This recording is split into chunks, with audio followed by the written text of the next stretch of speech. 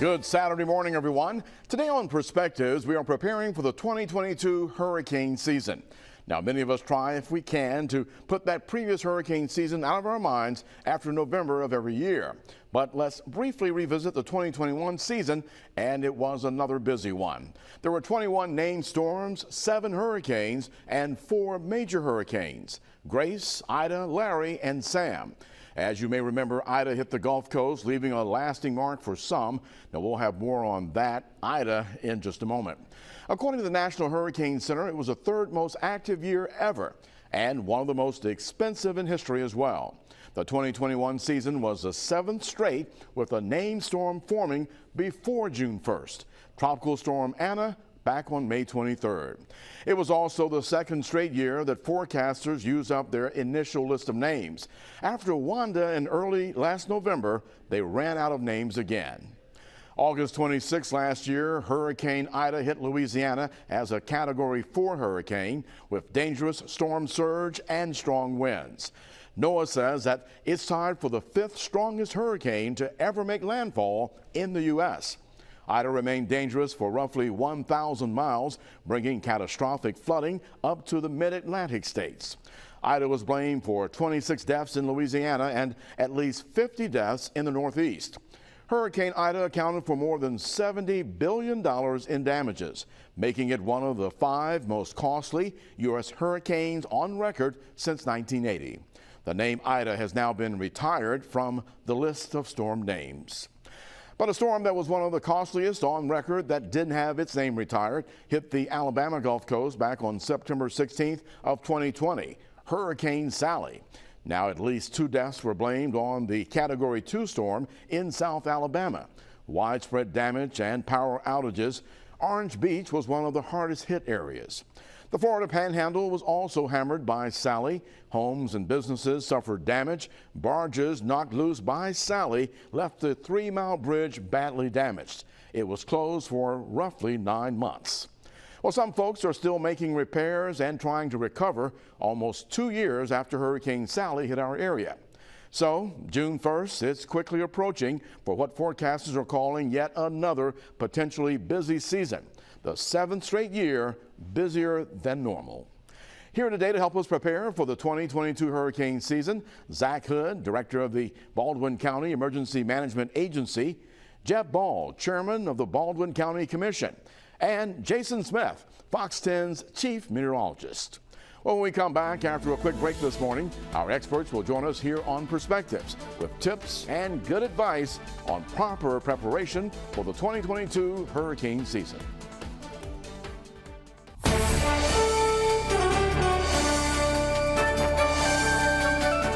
Now is the time to prepare for hurricane season. We're in the month of May, just a few days away from the first of the official start date. But as you probably remember, almost every year something happens in May before the official kickoff. So today joining us, we have our EMA Director, Zach Hood from Baldwin County. He is here along with County Commissioner and Chairman of the Commission Board, Jeb Ball. Thank you both for being with us this morning. Yes, sir. Thank you. What's the feeling this close to the beginning of the season? I always have to ask you that because I'm sure because of what's involved every year, you've got either anxiety or just making sure you got all the bases covered to letting people know that they need to be prepared now because this is a serious time of the year.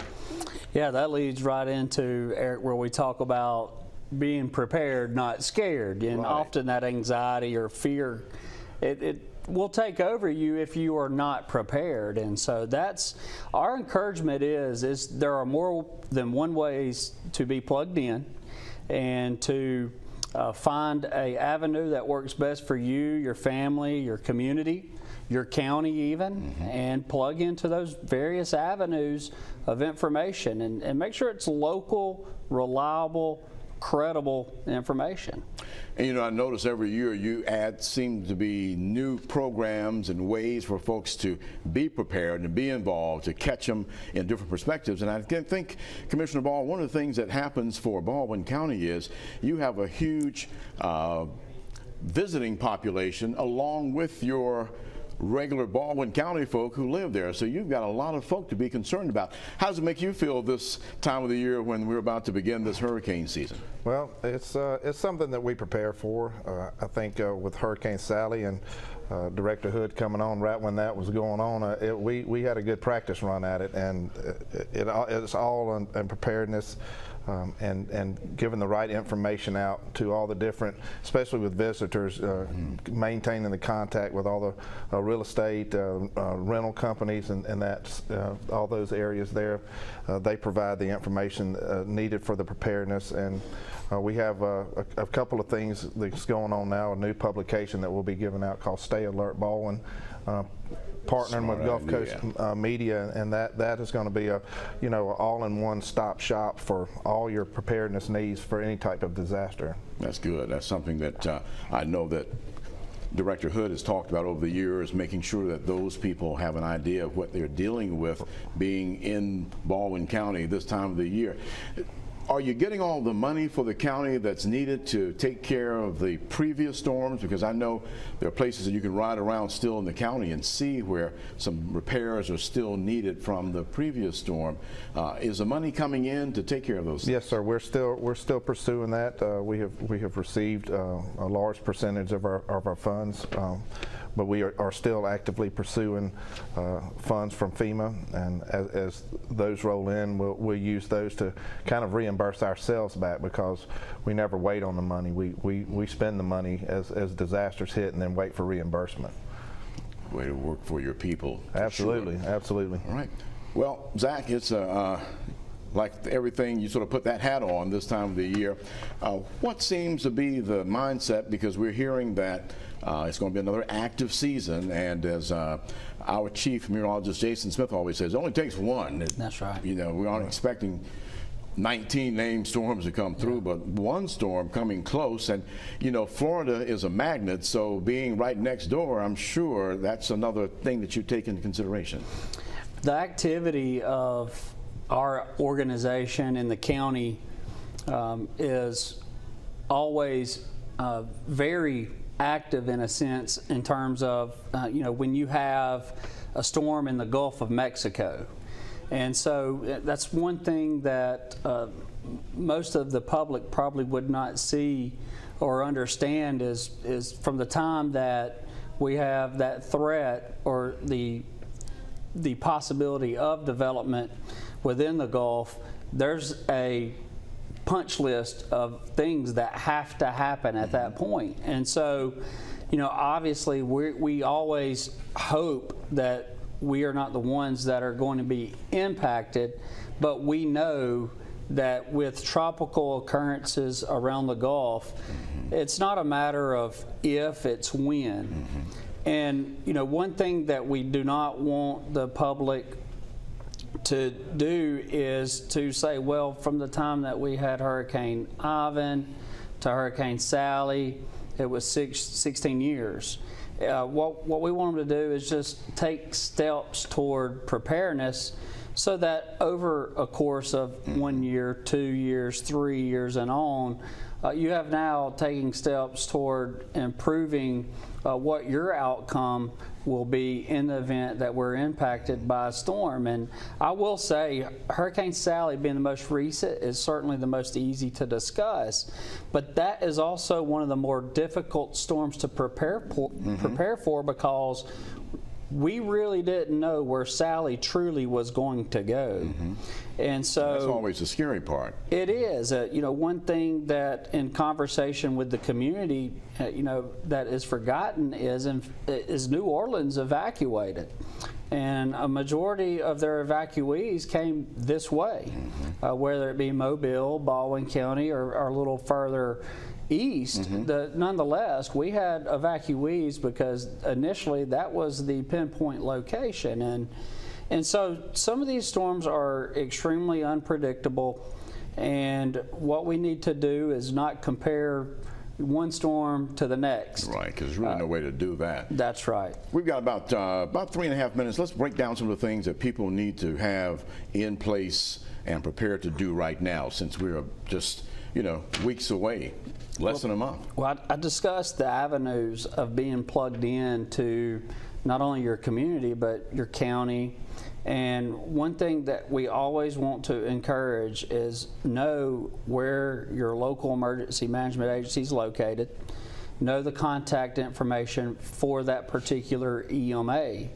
And the reason I encourage that is what becomes one of our #1 challenges to deal with in what is already a crisis in dealing with tropical weather is individuals have misinformation. And so what we like to do is vet information as it goes out to the public. We like to discuss any issues, challenges that are evident, but we also like to talk about when something might not necessarily be true. And a lot of that misinformation comes from outside sources. And so be plugged into your local emergency management agency, be plugged into your local media with all of the over-the-top communication and what we see with media today. I encourage everyone to understand the value in broadcast media like Fox 10. And you got about 2 minutes. Let's do the list. Where do they get the list of things that you want them to be aware of? So obviously you could get a list on our website at it's baldwincountyal.gov/EMA. But there's some great resources out there, whether it be from us or FEMA. Obviously provisions of water, non-perishable food, and prescription medication. That's very important. One of the things I like to pinpoint is the use of insulin and having a way to keep your insulin cool when you're expecting to have a power outage. And so with most tropical occurrences, you got to know that there are some element of events that will take place where you will not have power, and we don't know necessarily for how long. Obviously our companies all do a great job at restoring that power, but you need to be able to get through that time. And so you know, what we want individuals to do is very easy, and that's just take a step, be plugged in, have multiple ways to receive alerts, and have a cache of supplies and equipment to get them through the tough times of tropical weather. And what about the publication coming out? When is that going to be available? It's going to be ready in June. And like I said earlier, we're a full support for our EMA department. Anytime these disasters build up in the Gulf and we're expected to hit this way, we're ready. We're in the EOC with these guys, hands-on, and then we're out in the field after it's all over with, doing damage control as well. So. Director Hood knows he's got a good support team behind him. That makes a difference. And that makes the difference. It's the partnerships that make the difference. And give us the information where to go to for the information we need, the website. Yeah, so baldwincountyal.gov is our county commission website. Emergency management has a tab right at the top. It says Alert Baldwin. Subscribe to Alert Baldwin. Get in there, look at our materials, our resources. We are launching new videos. And so we're trying to compile a good list of questions we have been asked historically and answers that have been provided based on those questions. And what we're finding, it's just not 1 or 2 people that have that same question. There's a large amount of individuals, as you can imagine, with our population being residents and tourists. It's important that we reach all. And looking forward to another big tour season, so definitely for that.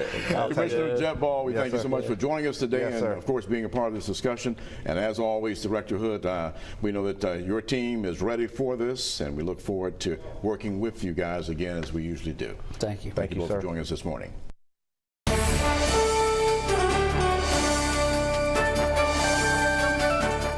The hurricane season just a few days away here in the month of May. We're looking for June 1st to happen. And of course, always we talk to our chief meteorologist, Jason Smith, to find out what the whole mindset is now, because they're talking, Jason, from the Colorado State guys, more of an active season again this year. Let me ask you first, before we nail that point, we did a show 2 or 3 months ago talking about climate change. Right. And each of the scientists who are in our area, they were talking about the things that we observe here, both in the water, the marine life, and there are changes, there are differences. Do you equate any of that with what we've had here in the last 3 years as far as the hurricane seasons? Well, we've definitely seen warmer water temperatures, and we're starting to see rising global temperatures. I mean, it's a fact. And, you know, we've changed the whole landscape of the Earth as a human race. And so it just would be really naive to think that that's not going to have some impact. Will it make the Earth progressively warmer, or will it get warmer for a little while and get colder? We don't know. But we do know that with warmer water temperatures, that means that it's more likely to be a situation where we have stronger tropical systems. And you look at what happened to Panama City a couple of years ago, and then of course last year in our area in Baldwin County, and these storms not losing steam like they used to as they got closer to the land. Is that something that we need to be better prepared for now? Definitely. You know, I've never seen one like Michael that intensified upon landfall. And really looking back in the history books, Frederick was likely the same kind of a situation. But Hurricane Sally was another one that, you know, despite shallow waters where you think you would get upwelling, there's such oceanic heat content. That's just not just how warm the surface of the ocean is, but how warm it is with depth. That is fueling these systems, and if you get the right environmental conditions as far as winds aloft, you can get a storm that actually gets stronger as it comes in, which is the worst case scenario. How do you get your team ready for each hurricane season? Because it's a major part of your year. Well, we've already started. I mean, you know, we're in spring severe weather season, but even as we get out of spring severe weather season, and before we even get out of the middle of it, we're already thinking ahead, working on a hurricane preparedness guide, talking about what are some of the things that we're going to do as a team to get ready. Graphics, do we have all the things we need? What's our coverage game plan? We review the hurricane manual, the plan for our station every year. And you've had some busy months here already. We're only in May with severe weather, so I guess that's a part of getting you ready for hurricane season now. Sure. So when we have severe weather, we handle it not just by having a meteorologist on camera, but multiple meteorologists, so that we have a team. And we also have news crews that are really comfortable being out in the field chasing storms. And so when it comes to hurricanes, we've spent all spring chasing tornadoes and severe thunderstorms, and our crews getting the greatest video in the field, showing us the conditions, showing us what people are experiencing. And then when we roll into hurricane season, we're ready for the same team approach, not only with weather but also with news. You know, you've had a few years to spend covering these and reporting to us and keeping us informed. What are the things that you really want people to know who are watching, your viewers, as it relates to getting prepared for this? Never compare storms. Don't think, hey, because I made it through Ivan or I made it through Katrina, I'll be fine. Each storm is different. Katrina made landfall in Pass Christian, Mississippi. The impacts here were significant, but they would have been more significant if it would have made landfall in Biloxi or even Pascagoula. Hurricane Sally came into Baldwin County as a slow-moving Cat 2, but it didn't have a big impact on Mobile County. So if you have a system that's coming and you say, well, I'm fine because we've made it through all the storms we made it before, that's not necessarily the case. Each storm has its own specific threats. And your hurricane preparation guide, what does it have in there for folks to need to get their hands on that? Well, the number one thing is it has the QR code on it and the information on how you can download our new Fox 10 Weather app. And that Fox 10 Weather app, it's going to give you, ways to track the storm. Also, we have video updates that are constantly going up on that app. And so as we get into a tropical situation, we're going to have little quick hits that'll tell you, here's where the storm is, this is where it's going, this is what you need to be prepared for, this is where the areas we're most concerned for damage, that kind of thing. So our Fox 10 app really is a key. Plus, it has all the evacuation routes and it has all the usual stuff that you need in your hurricane preparedness kit at home. You know, a lot of people are moving into Mobile and Baldwin County, especially Baldwin County, over the last 5 years. So this might be, say, the first time they get to experience what we go through as far as preparing for a hurricane. What are some of the points for those folk, their first time? Well, I mean, there's no question they need to be watching local TV news, and we prefer it to be Fox 10. You can't just get your information from a national source. You need to get local information. We can talk about what neighborhoods, what streets, what areas are in the evacuation zones, and then, if you're in an area you're ordered to evacuate, you've got to heed those warnings. People who are first timers, this is something you really need to pay attention to. You know, it's been a pleasure working with you over the years, and even though we spend a lot of time out there giving the information to the people, it's always great to have that team effect, and we know that you've got our backs, and we try our best to have your back too. Oh, we appreciate it. And of course, as we were talking, June 1st is just around the corner, so now it's the time to make those final preparations. Absolutely. You know, you need to be thinking about what you need to have on hand. Do you have an extra way to charge your cell phone if you lose power? Do you have everything you need to prepare your home? If you're planning on boarding up windows, you want to have all that stuff together now. And also be thinking about evacuation plan. If you have to leave, where are you going to go? Because it can be quite a nightmare if you have to leave and then you have to try and figure out a hotel situation. Do you have a friend or a relative that's in Jackson, Mississippi, or in Birmingham, or in Atlanta, somewhere where you can go to ride out the storm? Chief Meteorologist Jason Smith, we thank you so much for sharing again, and hopefully we'll have a quiet hurricane season here. Hopefully so. All right, thanks, Jason. And for more information, please go to the Baldwin County Emergency Management Agency website. That's baldwincountyal.gov/EMA. And as Jason mentioned, to help you keep track of when severe weather hits, check out the new free Fox 10 Storm Tracker weather app. It's available now in the Google Play and the Apple App Stores. Well, please join us here next Saturday morning at 9 for Perspectives as we discuss those important issues and seek solutions. I'm Eric Reynolds. Have a great week ahead.